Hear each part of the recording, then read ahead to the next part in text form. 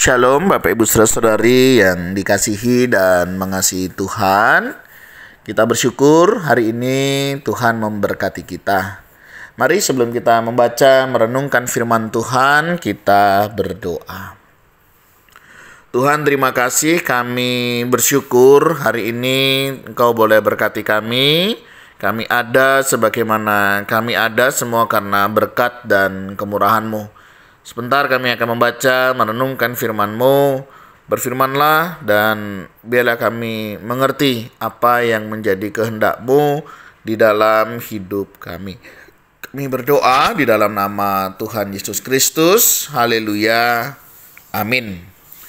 Ayat bacaan kita hari ini terambil di dalam kitab Efesus.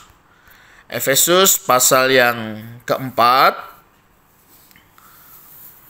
Ayatnya yang pertama. Sebab itu aku menasihatkan kamu, aku orang yang dipenjarakan karena Tuhan, supaya hidupmu sebagai orang-orang yang telah dipanggil berpadanan dengan panggilan itu. Amin. Demikian firman Tuhan, mari kita merenungkannya. Bapak Ibu Saudara yang dikasihi dan mengasihi Tuhan, hari ini kita belajar dari kitab surat ini ya. Bagaimana Rasul Paulus dipanggil oleh Tuhan, dipercayakan untuk memberitakan Injil. Dalam perjalanan pelayanannya memang tidak sedikit tantangan ya, rintangan yang dia hadapi. Ada banyak hal yang dia mesti jalani ya, penderitaan, lepas penderitaan ya. Dia pernah karam kapal, dia pernah dipanggut ular, ya, dan lain sebagainya. Nah, Bapak Ibu Saudara berbicara tentang merespon panggilan pelayanan, tentunya ini tidak mudah. Ada banyak tantangan, ada banyak hal yang memang harus ditundukkan, ya, di hadapan Tuhan. Sehingga kita perlu untuk menyadari akan hal ini, ya, misalnya. Ketika Bapak Ibu Saudara dipanggil untuk melayani Tuhan dan Bapak Ibu Saudara siap ya dan berespons, tentunya ini mengingatkan kita untuk kita boleh melakukan apa yang menjadi kehendak Tuhan ya, berangkat di dalam diri kita. Dan kita mestinya sudah menyadari akan segala konsekuensi yang dihadapi.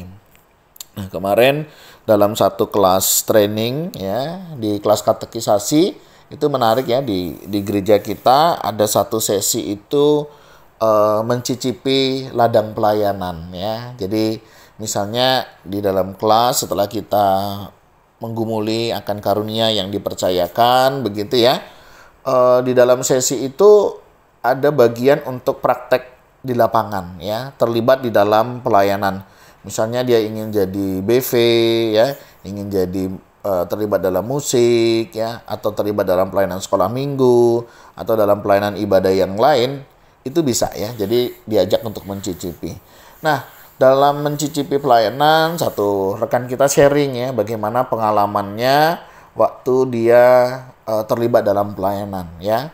Dia melihat begitu luar biasanya begitu ya tantangannya yang tidak mudah dengan berbagai dinamika yang ada di dalamnya. Nah, itu adalah satu gambaran pelayanan ya. Sehingga diharapkan setelah kita tahu dunia pelayanan, bagaimana dinamika yang ada di dalamnya, kita akan jauh lebih siap di dalam mengerjakannya. Jadi istilahnya sebelum kita benar-benar terlibat ke dalam ya, dalam dunia pelayanan, kita diajak untuk mencicipi begitu ya. Nah, harapannya setelah mencicipi, tahu enak rasanya, pahit getirnya begitu ya. Nanti ke depan ketika kita terlibat dalam pelayanan, kita sudah tahu dengan situasi kondisi itu. Artinya memang kita sudah tahu segala konsekuensi, harga yang harus dibayar begitu ya. Sehingga ketika nanti kita terlibat di dalam pelayanan, kita jauh lebih enjoy. Nah, Bapak Ibu Saudara, berbicara tentang keterlibatan pelayanan memang tidak mudah ya. Akan ada banyak hal yang terjadi ya di dalam dinamika di dalamnya.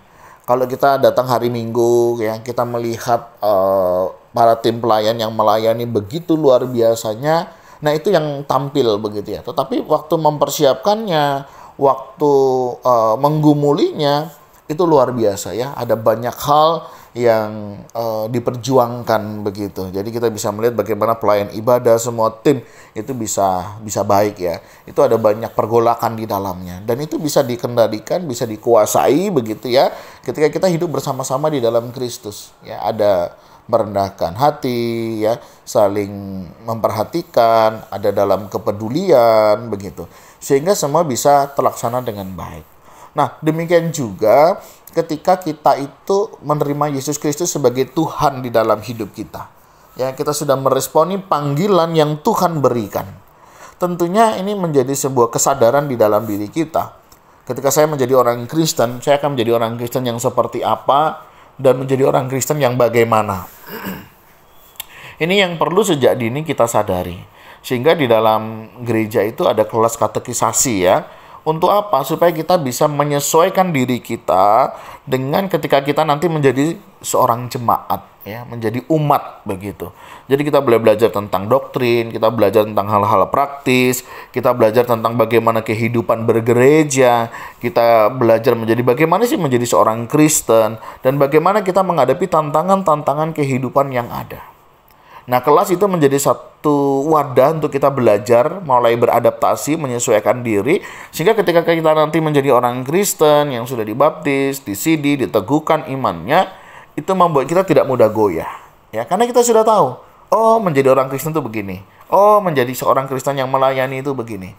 Nah, Bapak Ibu Saudara, ini akan menolong kita, mempersiapkan diri kita untuk kita menjadi orang Kristen yang tangguh, ya, menjadi orang Kristen yang sesuai dengan kehendak Tuhan. Bukan berarti tidak ada jatuh bangunnya, ada. Tapi kita sudah siap. Karena kita tahu tujuan kita udah jelas. Ya, jadi itu yang akan menolong kita. Nah, sehingga di dalam surat ini ya, sebab itu aku menasihatkan kamu, aku orang yang dipenjarakan karena Tuhan. Bagi Paulus gak ada masalah. Itu harga yang harus aku bayar.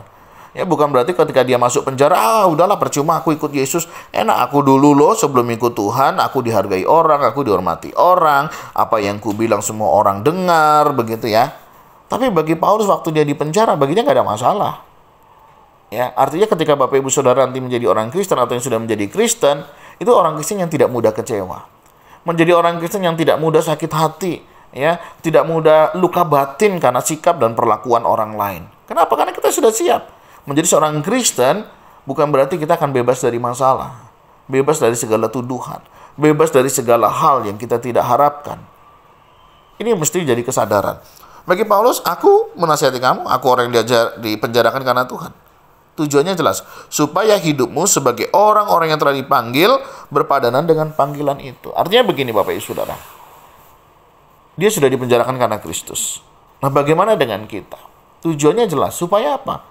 Orang-orang pada saat itu yang ada di Efesus, begitu ya, mereka hidup berpadanan dengan Injil. Bahwa Injil yang mereka percaya itu nggak salah. Injil yang mereka hidupi adalah sebuah kebenaran. Nah, bagaimana kita menghidupi Injil itu di dalam kehidupan kita? Ya, ada banyak orang bicarakan tentang Injil. Tapi apakah Injil berpengaruh di dalam hidupnya? Sejauh mana Injil memberi perubahan di dalam kehidupannya? Sehingga kita hidup berpadanan dengan panggilan itu. Sebagai orang yang menerima Injil, sebagai orang yang hidup di dalam Injil, sudahkah Injil itu mengubah kehidupan kita? Cara pikir kita, cara sikap kita, cara kita bekerja, cara kita melayani, cara kita memandang orang. Mestinya Injil menyingkapkan hal itu. Dari pengakuan diri menuju kepada pengakuan akan Kristus. Dari pengandalan diri kita menyadari akan hidup kebergantungan kita pada anugerah Kristus. Nah, ini saudara, hidup di dalam Injil. Injil bukan berbicara tentang kita. Injil berbicara tentang Allah yang bekerja di dalam dan melalui kita. Di sini kita menyadari hidup yang berpadanan dengan Injil. Hidup yang disejajarkan dengan kebenaran firman Allah. Aku bisa bukan karena aku, tetapi karena Kristus.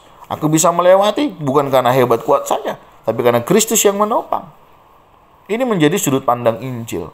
Orang yang hidup di dalam Injil, dia bisa menerima kekurangan orang lain. Dia bisa melihat potensi pada diri orang lain. Tidak ada rasa cemburu, iri, dengki, dan benci. Kenapa? Karena menyadari kita hari ini diterima Kristus. Bukan karena kita hebat. Dalam keberdosaan kita, kita diterima olehnya. Sebagai orang yang sudah diterima dalam keberdosaan, masa iya kita tidak mau menerima orang yang berdosa? Orang yang bersalah kepada kita. Siapa kita? Apakah kita lebih daripada Yesus? Yesus saja mau menerima kita. Mau mengampuni kita. Masa iya kita lebih dari dia? Kalau dia tidak bersujud, kalau dia tidak minta ampun sembah-sembah, aku tidak akan mengampuni dia. Itu bukan orang yang hidup berpadanan dengan Injil. Aku nggak akan mengampuni dia sampai aku mati. Buat apa, saudara? Itu namanya hidup tidak berpadanan dengan Injil. Lebih hidup dengan keegoisan. Mari saudara kita introspeksi di dalam diri kita.